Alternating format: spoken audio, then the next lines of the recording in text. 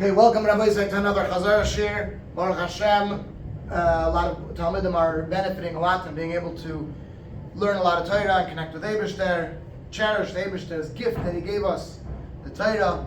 It's a tremendous, tremendous gift. Let's jump right into another Chazara Shiur on Sugיא Ches. We'll go through the Sugיא on the PowerPoint, and then we'll go through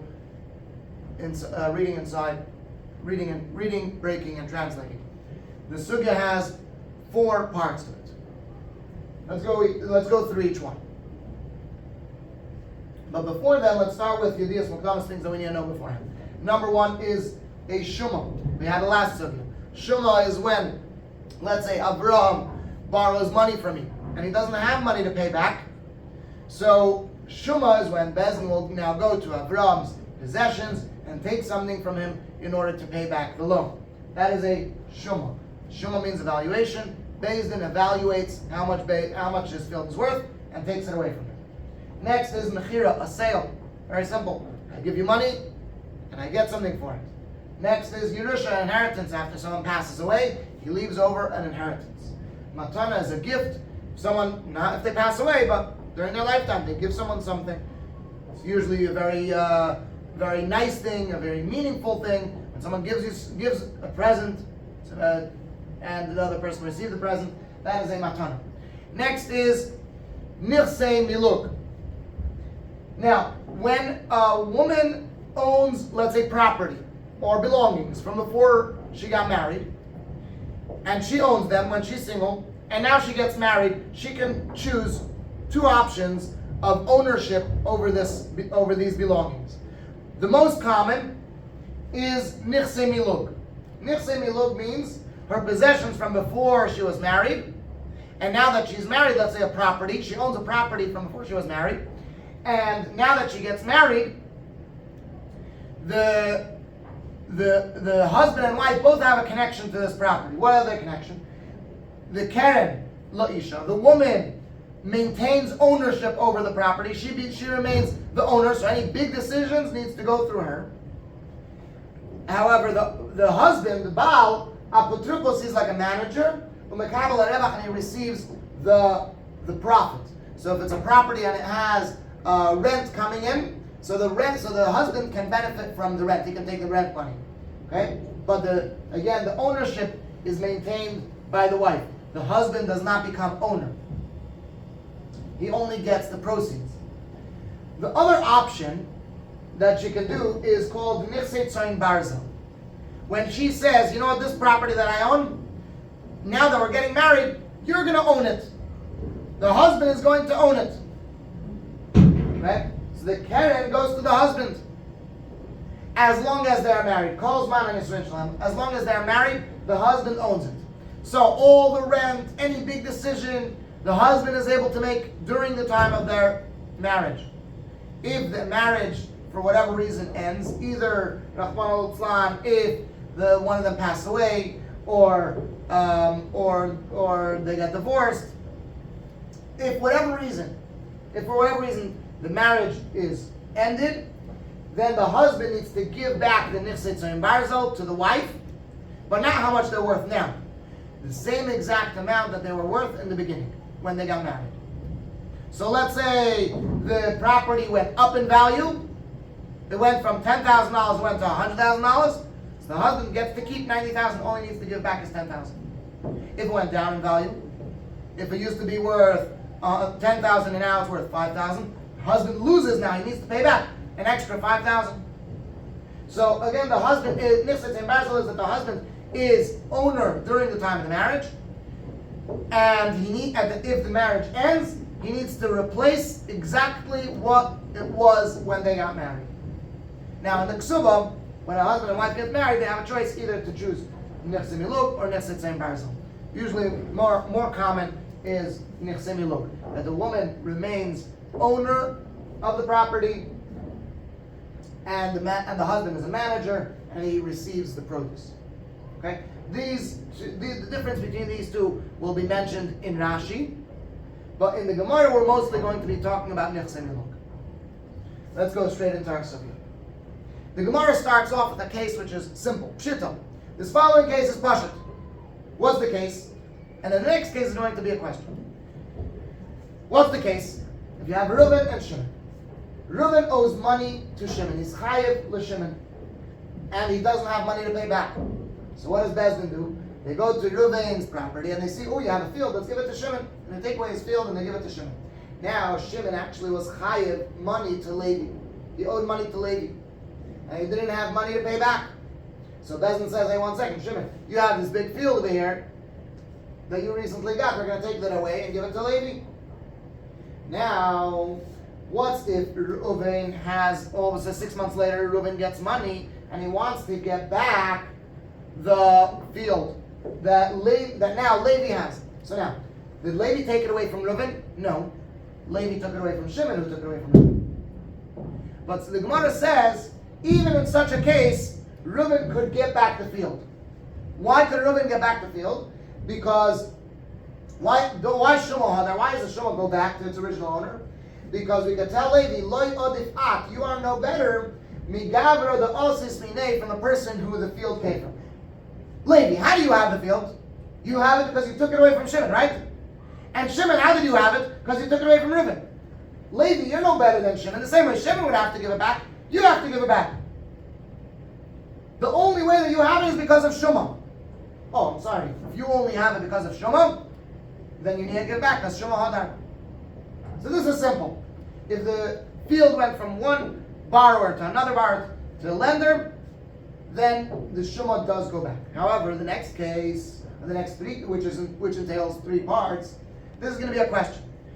What if Reuven, if you have Reuven and Shimon, Reuven owed money to Shimon and now he doesn't have money to pay, so Bezdin goes and takes away his property and gives it to Shimon, and now Shimon sells the field to Levi, or he gives it as an inheritance, he writes it in his will, or he gives it as a matana, he gives it as a present to Levi. Now, all of a sudden, 6 months later, Reuven has money to pay back and buy back the field. Now, the shaila is, Shumah Hadar, does the Shumah go back? And for the Gemara, in this case, in these 3 cases, no.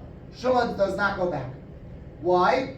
Because when Levi bought the field, or he inherited the field, or he got it as a matana, adaita the aranachas, he was thinking of the actual field. The lav adaita the zuzay nachas, his mind was not resting on the money. He doesn't want money. Let's say Levi bought the field. Levi just had money and he bought the field. That means he wants the field, not money.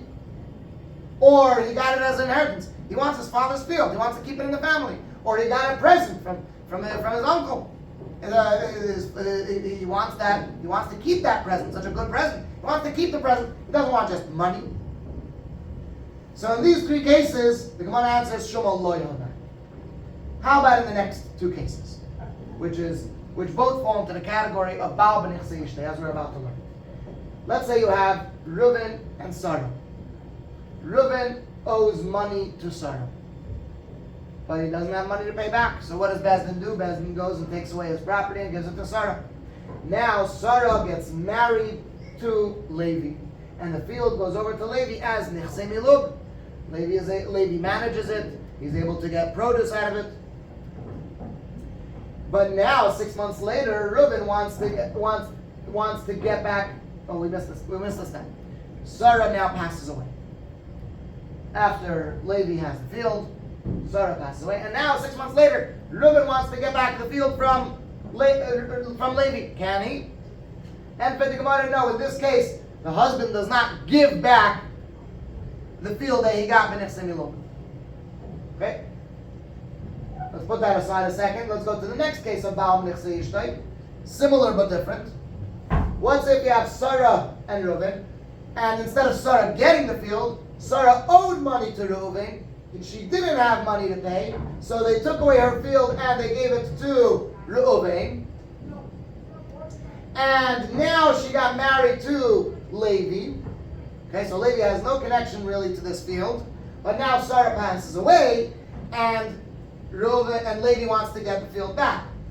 Can he say, I want my wife's field back? And the Gemara says, no, in this case, Levi does not get back something that was taken away from his wife. So again, the difference between these 2 cases is over here, the husband does not give it back, and over here, the husband does not get it back. Okay? So, if the husband has it, he doesn't need to give it back to Reuven, and if Reuven has it, he doesn't need to give it back to the husband.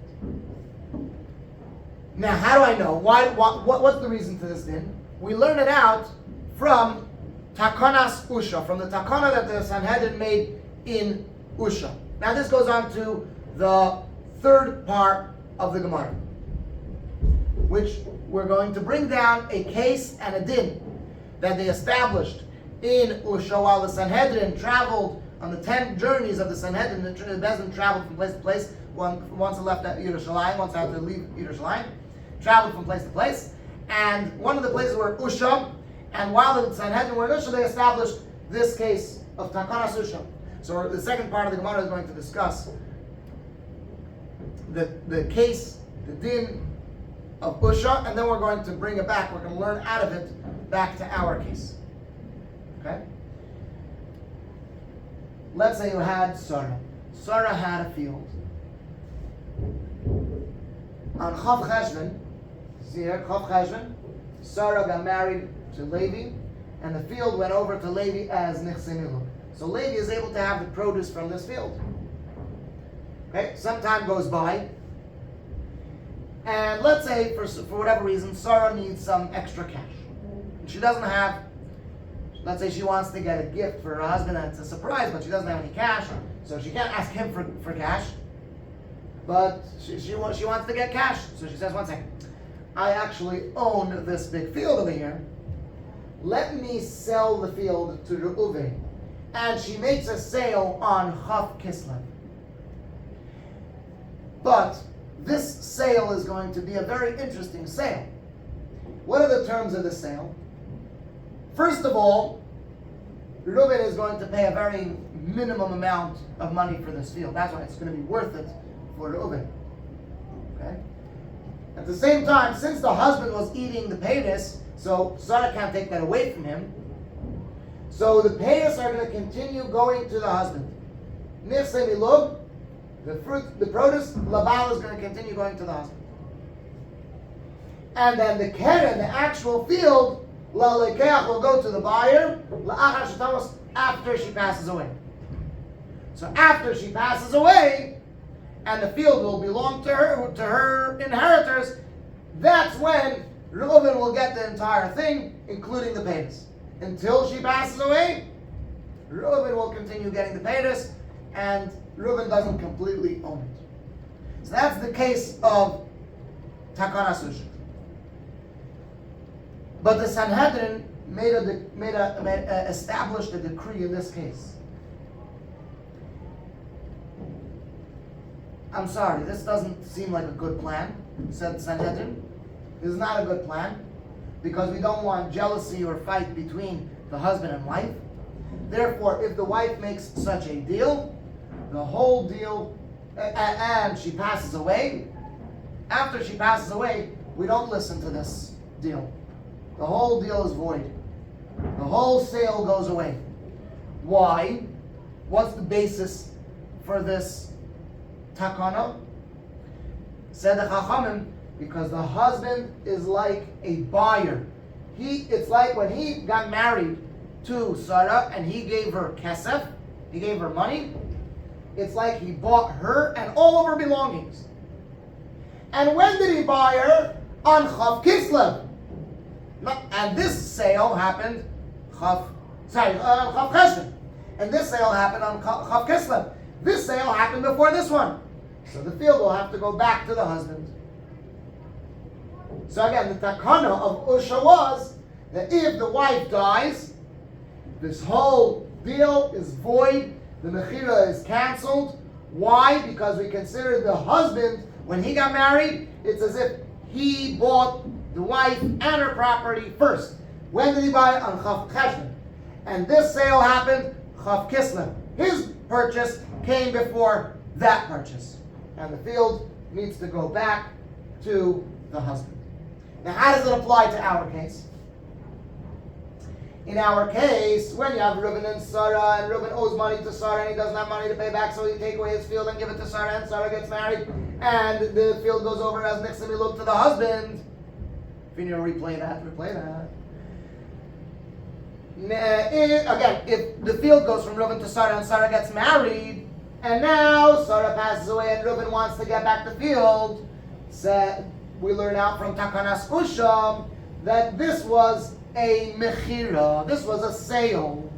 So just like earlier in the Gemara, we learned that if we take away the field from Reuben and then Sarah sells it, it does not go back. So to over here, it does not go back.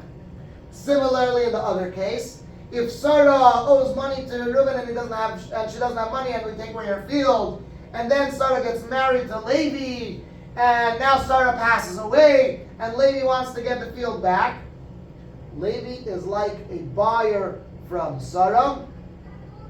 He is not like a yoinish. He's not like an inheritor, which, as we learned in class, the din of an inheritor would be that it's a mitzvah for Levi to bring the field back to the family. But he is not a yoinish. He's like a buyer, and we do not give the shumah back to him.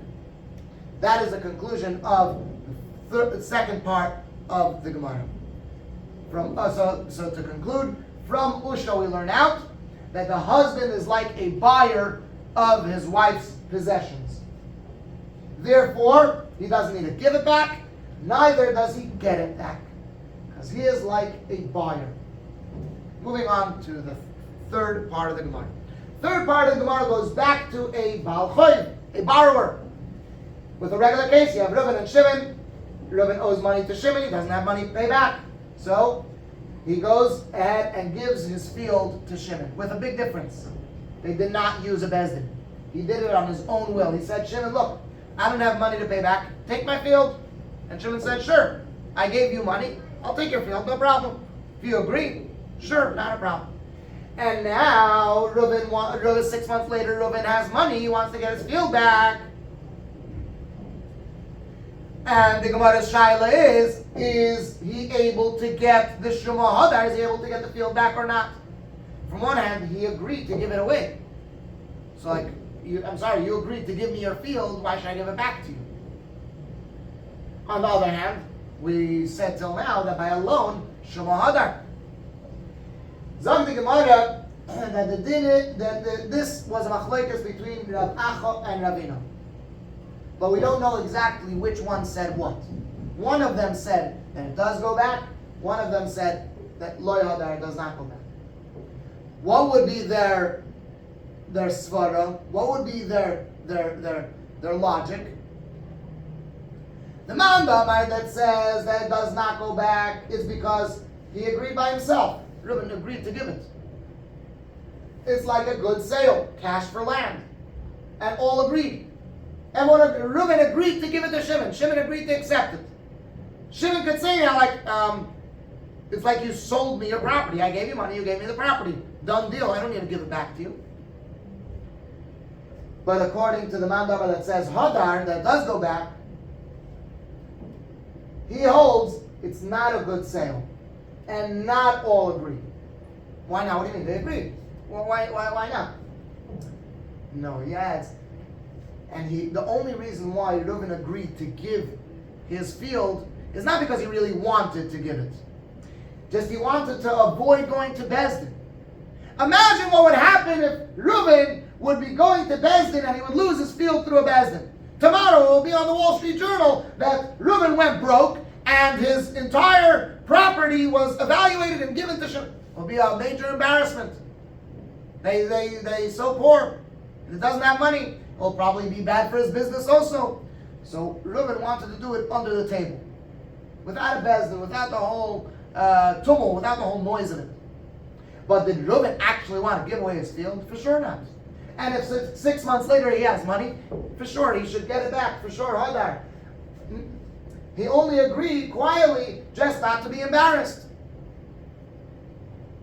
And therefore, Shuma Hadar. That is the conclusion of the third part of the Gemara.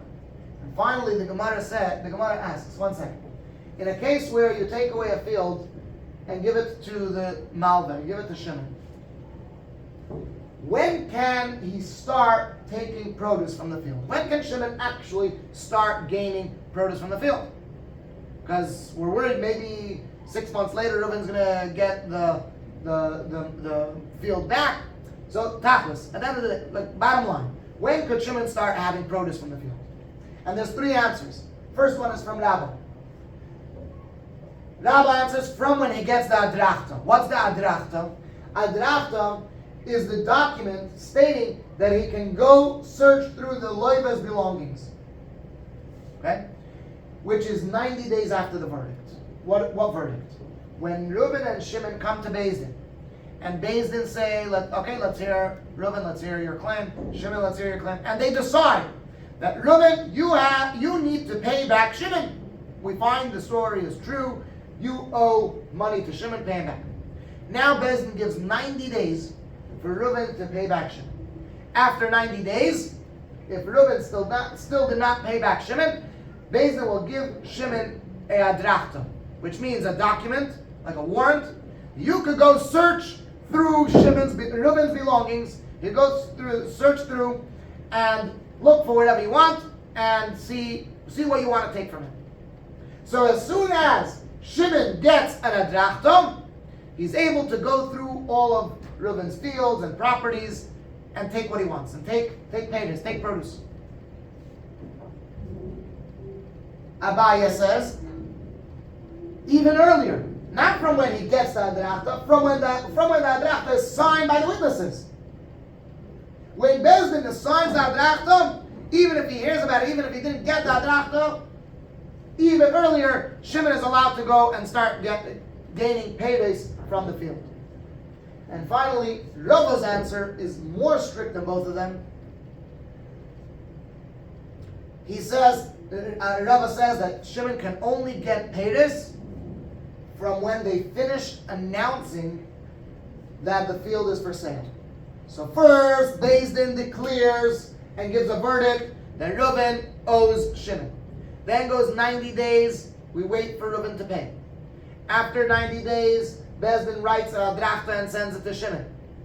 The adrachta is a letter saying that Shimon can go look through Reuben's property.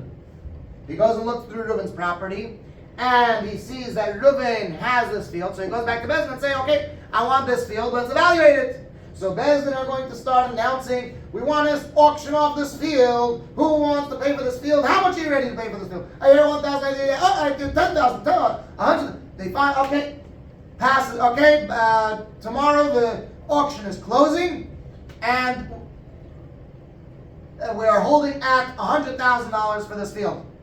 So the next day, once the auction closes, once they finish announcing that this field is for sale, then they come to a conclusion that this field is worth a certain amount of money, and now they're going to start taking it away from Reuben and giving it to Shimon. Already from that point, that's when Shimon is allowed to gain from the proceeds.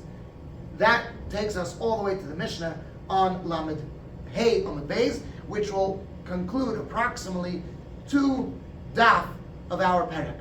Which, to be holding 2 daf of our parak at this time of year is something that previous years we have not done. We were always a lot later, and because of the great attitude, the great involvement of our class in learning Gemara this year, Pashto amazing. We're Pashto able to learn so much and to benefit so much. Without any further hesitation, let's learn the Gemara inside.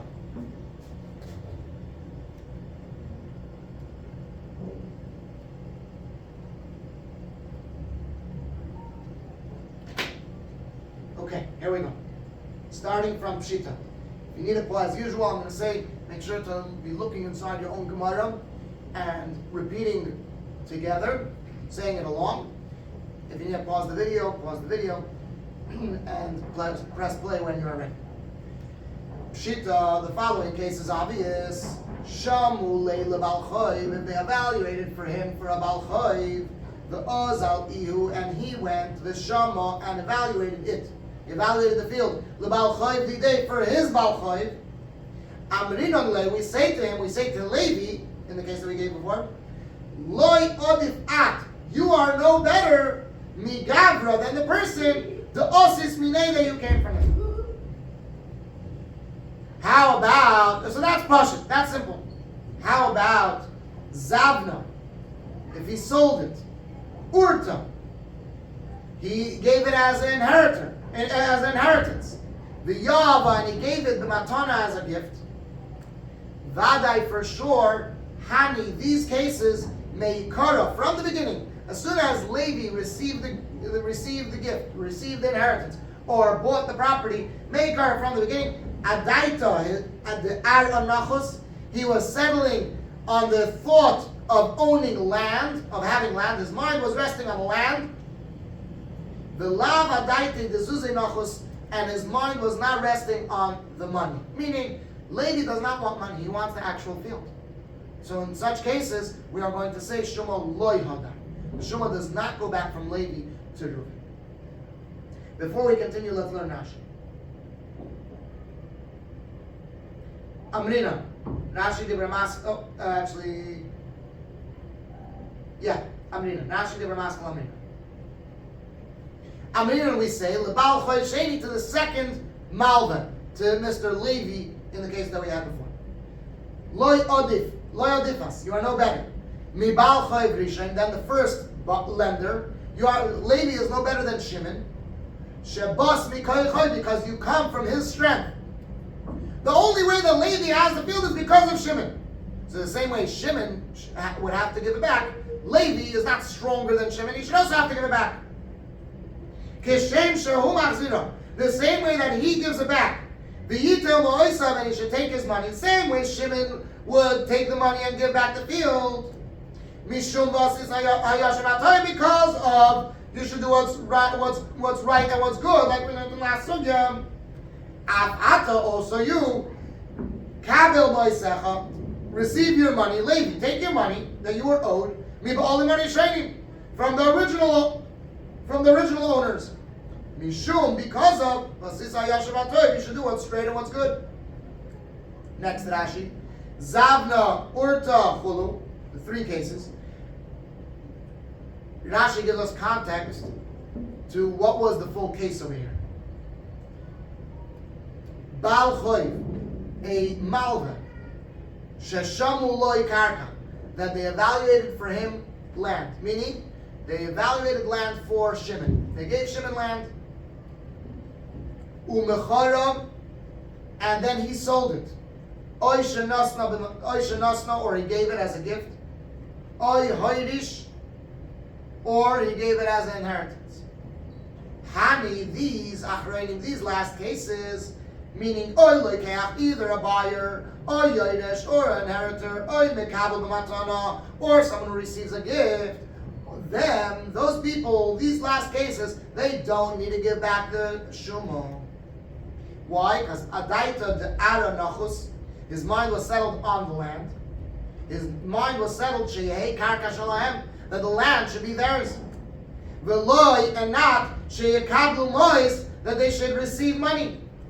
The ilu bal choiv, because if by a bal choiv, by a malva, by someone who lent money in the earlier case, isbei, there is by him, it applies by him, mishum vasisay hashematoiv, it applies by him the din, because that he should give it back, because of because of vasisay hashematoiv, you should do what's right and what's good. The amrinon, because we say lo yahayalacha alav, you didn't have on him, you didn't want from him, meaning elamois, only money. The malva, what did the malva want from the loiva? The malva wanted his money back. And here they are for you. Avol elu, but these three cases of buying, of inheritance, and as a gift, avol elu, but these ones, karka kanu, they acquired land, not money. They don't want money. They want the actual land. Back inside the Gemara to the next case of Baal b'nichsei ishtei. We are holding shamu lo leisha, approximately 4 lines from the back. Shamu lo leisha, if they evaluated for the woman, meaning someone owed money to the woman, and he didn't have money to pay, so they evaluated for the woman. and she got married, or another similar case, shamu mina, they evaluated from her, meaning they took away from her, the isha of a woman. They took away her field. And she got married, and then in both of those cases, umesa, and then she passed away. So now, can the husband get back the field? Or does the husband have to give back the field? Zok the Gemara, Baal b'nichse ishta. A husband in the property of his wife, he is considered a buyer. Therefore, loy mihadar, he doesn't give it back. But loy mahadrin on land, we don't give back to him. Again, those few words, loy mihadar, he doesn't give it back. Right? If it was taken away and given to the wife, and now he has it, he doesn't need to give it back. And if it was taken away from his wife, and we don't give it back to him.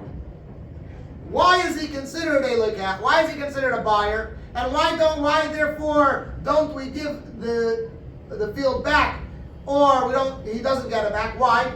Because Rabbi Yossi Bar Chanina said, Usha iskinu, in Usha they established Ha'isha shemachra, a woman who sold b'nichse milug, from her nichse milug b'chaye baylo, during the lifetime of her husband, umesa, and she passed away. Habal moitzi, the husband is able to take out miyad halakuchos, from the hands of the buyer. Like the case that we said, the husband, Levi, is allowed to take away the field from Reuven. Why? Because he, as Rashi is going to explain, because he is able to say, I bought it first. When I got married, I bought it. My marriage came before your sale, your purchase. I bought it first, so it's mine, and I'm able to take it away from you. From there we see, from the Takana Abusha we see, that a husband in the property of his wife has the relationship of a buyer. It's like a husband buys the property of his wife when he gets married. And therefore, in our case, by a shumam, the husband does not have to give it back, nor does he get it back. Let's learn Rashi. Rashi bin Ravaskal, the incident. And she got married. This is where, if we remember, we mentioned in the beginning of the Shiur, in the Yidis Mukdamis, we mentioned that we're going to talk about Nechsei Milug and Nechsei Tzayin Barzel. This is where it comes in this Rashi. The Insava, and she got married. Afilu loy shemason levaila. Even if she didn't count it for her husband. Big ksubasa in her ksuba. Li'ha is Nechsei Tzayin Barzel, to be Nechsei Tzayin Barzel, even if she doesn't give over the ownership to her husband. Shein Knuim Labal, which then they are owned and they are acquired to the husband fully. Ella, rather, she chose the other option of Nechsei Milug, Ikvan, she held it up, La'atzma, for herself. Li'ha is Nechsei Milug, to be Nechsei Milug, if she wants, even if she doesn't say that it's Nechsei Tzayin Barzel, that belongs to the husband. Rather, she holds it for herself, she maintains ownership, and she wants Nechsei Milug. If so, HaKeren Shalom, the keren, the principal, is hers. The habal oichel peiros, and the husband eats the produce. Baal b'nichsei milug shalishani. The husband in the property of the wife that the wife owns from before marriage, not any property that she got now. Any property that she got now will belong to both of them, the husband and the wife. But any nichsei milug that the wife had from before, loikeach hava, he is considered a buyer. Rashi, din loikeach, the din of a buyer, nitnu boy, was given, nasnu boy chacham, the chacham gave to him. Hilkach, therefore, loy mihadar, he doesn't give it back, he doesn't give back an evaluation, a field, heicha, where the shamu law that they evaluated for her, for the woman, the insava, and she got married, umesa, and she passed away, the yarsha baila, and her husband inherited her. He doesn't need to give it back. Kidamrinan, as we say, zavna, if someone buys the field, adaita, the aranachos, his mind is settling on the fact that he has the land. Just like in the second case of our first part of the Gemara. If someone buys the field from the Malva, from Shimon, he keeps it, he doesn't need to give it back. Same thing by the husband doesn't need to give it back because it's like he bought the field from the wife.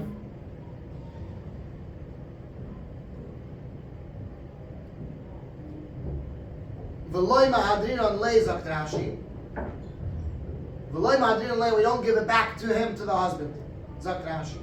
Heicha, where the shamu mina, where they evaluated from her, from the woman. V'insava, and she got married, umesa, and she died, she passed away, v'yersho, baila, and her husband inherited her. Uva, and he's coming now, lahachzir achoiv, to give back the loan. V'lita lakarka, to get back the property. I'm sorry, loy motzi l'meimar, he's not able to say, there's no way for him to say, Yershani, I am her inheritor. He can't say I'm her inheritor. I inherited her, and therefore it's a mitzvah for me to get back my family's field. Why not? In a regular case of a Yerusha, a child, for example, you could get, if someone takes away a field from your parents because they didn't have money to pay back, then it's a mitzvah for you to go and give money and get that field back to your family. So why over here can't a husband get it back to their family? Because the Rabbanan put him, Shavua put him, like a buyer, like a lekeach. And the Rabbanan did not make him like any other inheritor. Next Rashi. Ha'isha shemachra b'nichse miluk. A woman who sells from her nichse miluk. Now this goes through the case of the Takanas Usha.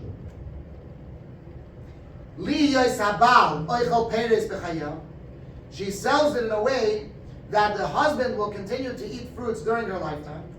The guf hakarka, and the actual land, will belong to the buyer, liksha tamus, when she passes away. Umeisa, and then she passes away. Then what's the din? The takonas rusha is, that the din is, Baal moitzi, the husband is able to take out, gufa karka, he's able to take out the actual land, miyad alakuchas, from the hands of the buyers. V'hachi mukilo, and this is how we establish it, b'perek ha'isha and perek ha'isha, b'ksubis in Maseches Ksubis. That what? Takonas usha, that the establishment that they established in Usha, B'gufa shel karka, is in the actual karka, the actual land, and the actual land goes back to the husband. La'achar misa, after that, after passing away. Alma, so we see, from the Takanas Usha we see, Kilekeach shavyu Rabbanan, that the Rabbanan put the husband like a buyer, not as like an inheritor, like a buyer. The Omar Lei, and the husband could say to the buyer, Ani lokachti rishoin, I bought the field first. The I kish'ar, the I kish'ar yoidesh, because if, like any other inheritor, Shavyu Rabbanan, the Rabbanan made him, the Rabbanan put him, if the Rabbanan would have made the husband like any other yoidesh shemachar aviv, an inheritor, if his father sold nechas of his properties, b'chayav, during his lifetime, Ein lo yerusha b'hem, he does not have any inheritance in them. If, let's say, someone's father sold their field, he has a right to. Could the son now go, after the father passes away, and get back the field? No. The father had a right to go and sell that field. But over here, the husband is able to go and say, hey, I bought it first. I'm not an inheritor, I'm a buyer. I bought the woman, and I bought my wife with a kidney of kesef, so to say. I bought my wife, and I bought all of her belongings with her when we got married. So if she sold her belongings to you afterwards, I bought it first. So we see from Takanas Usha that the Chachamim made that a husband is considered a lekeach, not a yerush, a lekeach. Therefore, the husband doesn't give back, and the husband doesn't get back. But Usha iskinu, zakt Rashi, what happened in Usha? Says Rashi, Kshahoisa Sanhedrin B'Usha, when the Sanhedrin were in Usha, Shegolsa, because they were exiled. V'yashva Sham Sanhedrin G'dayla, and the Sanhedrin, the big Sanhedrin, sat over there in Usha when they were exiled. K'damrinim B'Rosh Hashanah, as we say in Masechas Rosh Hashanah, Daf Lamed Aleph, Gabe Asara Masois, regarding the 10 travels that the Sanhedrin G'dayla made throughout the history. Let's move on to the next Amud. Turn the page to the next Amud. Now we go on to the third part of our Gemara, when someone gives his field away willingly. Zag the Gemara, Agbe Ihu, if he demanded b'choivai in his loan, meaning if someone by himself gave away his property to pay up a loan, pligi ba, they argue in it. Rav Acha v'Ravina. Rav Acha and Ravina argue about it. Chadamar, one says hadra, it goes back. V'chadamar, and one says loy hadra, it does not go back. Man the Amar, the one who says loy hadra, does not go back. Savar, he holds. Hais vinim alyo, this is a good sale. Daha, because dach midaita dinafshe, from his own knowledge, from his own das, agbe, he demanded it. He gave away his field and he demanded the field, all from their own knowledge between themselves, so he agreed to it, so it's a good sale. Reuben gave Shimon a field and Shimon gave money. It's a good sale. Doesn't go back. Uman Damar, and what about the other side? Uman Damar, on the opinion that holds Uman Damar Hadra, and the person that holds that it does go back, Savar, he holds, his logic is, Lo Yizvinim Alyahu, it's not a good sale. The Hai, the Agbe, and this that he demanded from his own knowledge, this that he demanded by himself, Veloy Osa Ladina, and he did not come to Din Torah, Machmas Kisufa Hudagbe. It's because he's embarrassed, that's why he demanded it. Okay, again, Machmas Kisufa, because of embarrassment, Hudagbe, that's why he demanded it. So really, does he want to give away his field? No, absolutely not. So why did he agree to it? Why didn't he come to Bezdin? Why didn't he force Bezdin to take it away from him? Because he was embarrassed. If it was going to go to Bezdin, it was going to become a whole big story, and it would be the biggest headlines. He didn't want that. So that's why he just did it under the table between themselves. Let's learn Rashi. Agbe ihu b'choivai. If he himself demanded his loan, Zakt Rashi.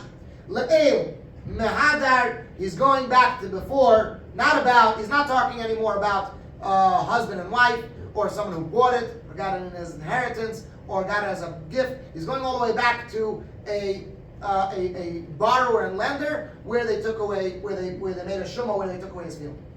Le'el mihadar, he's going back, gabe shumah, about an evaluation. Koloimar, meaning to say, im loy shamua bezdin, if bezdin did not evaluate, lemalva, for the malva, al korcha shaloiva, against the will of the loiva, v'kom le me'atzmai, and he got up by himself, v'lo yitricha l'din, and he did not hassle him to the Torah. V'omar lo, and he said to him, Tol karkazeh, take this land, b'choivcha, in your loan, in the debt.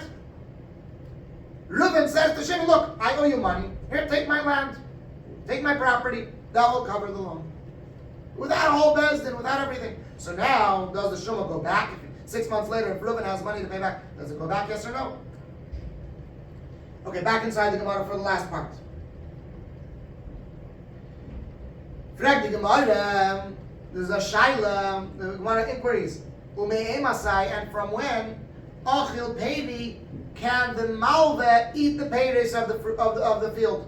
Right? Because if we're always going to be careful that the shumah could go back, well, okay, so bottom of the line, when can he start benefiting from the shumah? When can he start benefiting from the land? And for the Gemara, Rava says, Mechi, from when matya, it arrives, comes adrachta, the adrachta, as we explained, we're going to explain in a moment, liyode, to his hand. From when the malva receives the adrachta in his hand. Let's quickly go to Rashi. Me'emasai ochil peiris. From when can the malva eat fruits? Misha shamuloi bezdin. Someone who Bezdin evaluated for him karka, land, b'choivai, because of his loan. Me'emasai, from when he is it kenuya loy, acquired to him lechel peiris, to eat produce. Adrachta. What is adrachta? Says Rashi. Now, achar tishim yoy, after 90 days, shenifsak hadin, that the din was decreed, that the verdict was given. The amrinan beperek Kama, because we say in the first parak of our Masechta on Daf Tezvav, the Bezdin koisvin adrachta, that Bezdin write adrachta after 90 days that they came to a verdict. As soon as they came to a verdict that Reuben needs to give money to Shimon, 90 days later they write an adrachta. What's an adrachta? Shtar, a document, psak din of the verdict. And nichse loivem, over the nechasim, over the items, over the belongings of the loivem. Shebechol mokin, they are in any place, sheyimtzeim, that you will find them, in any place that the malva will find the loivem's belongings. Mishaloi, from him, from the loivem, yikachim, he's able to take them. And then, umoisin lo yashtar, and then and 90 days after the verdict, the Bezdin writes the shtar, writes the adrachta, and then they give it to the malva. The malva is able to go to any place where the loiva's stuff are. He's able to say, see, oh look, Reuben owes me money. It says here in this document, Reuben owes me money. And I get to take these things and evaluate them and see how much they cost and maybe take them for myself. So that is an adrachta. Back inside the Gemara. Abaya Omar, second answer. Abaya Omar, Abaya says, Eidav b'chaisamav, his witnesses in their signatures on that when they sign, Zachin, they already merit these payers for him. So already earlier, from when the witnesses sign, already from that moment, he is able to acquire any produce from the loiva's fields. Third answer, and last part of the Gemara, Rava Amar Rava says, Mechi, from when Shlimu is completed, Yemei Akhrazta, the days of announcement. Only once they finish announcing that this field of the loiva, this field is up for sale, and they're seeing how much, and they're auctioning it off. So only once they finish auctioning it off, and we find out the price, that is when the malva can start receiving paydays, fruits from the field. Let's learn inside Rashi. Eidav b'chaisamav, its witnesses in their signatures. Miyom shenechtam shtar adrachta, from the day that the document of the adrachta was signed, the Bezdin, afal bi, even though shaloi bali yadai, even if it didn't come to his hand. So if he heard already that the adrachta was signed, he's already allowed to take paydays, to take produce from the field of the loiva. Ready earlier. Next Rashi. Mikish shilmu yimei adrachta, me'achrasta, from when the days of announcement of auctioning finished. Afal pi, even though, says Rava, even though sheba adrachta liyadai, that he has the shtar adrachta, he has the document, v'loy matzah nechasim al loiva, and he did not find any belongings of the loiva ad la'achar zman, until a long time. Ukshematza, and when he found them, huzkak lovei lebezdin, he had to come to Bezdin. Umachrizin, and they announced sheyesh kan karka limkar, that there's land to sell. Kidamrinan be'erchin, as we say Maseches Erchin. So only once you finish this whole process, then he can start taking paydays. Only then can the Malva have benefit. V'im ba zeh. And if this person came, v'kibla, if this, let's say a buyer comes, v'kibla and receives the field, b'yoyser mimasha shamua, with more money, if someone says, I'm going to pay for that field $500,000, and he wants to buy the field for more than what it was evaluated for, mimasha shamua acherim, more than other people evaluated it for, we give it over to his hand, to this new person, after the days of announcement, of auctioning it off, have completed. Maseches Erchin and Maseches Erchin Mefarish, he explains, Kama Yomim Machrizin, how many days do we conduct this auction for? How long do we continue going? Do we continue waiting for someone to buy it? No, there's a certain amount, and it's explained in Maseches Erchin. The Perek Shuma Yisayim, in the Perek of the evaluation of the orphans.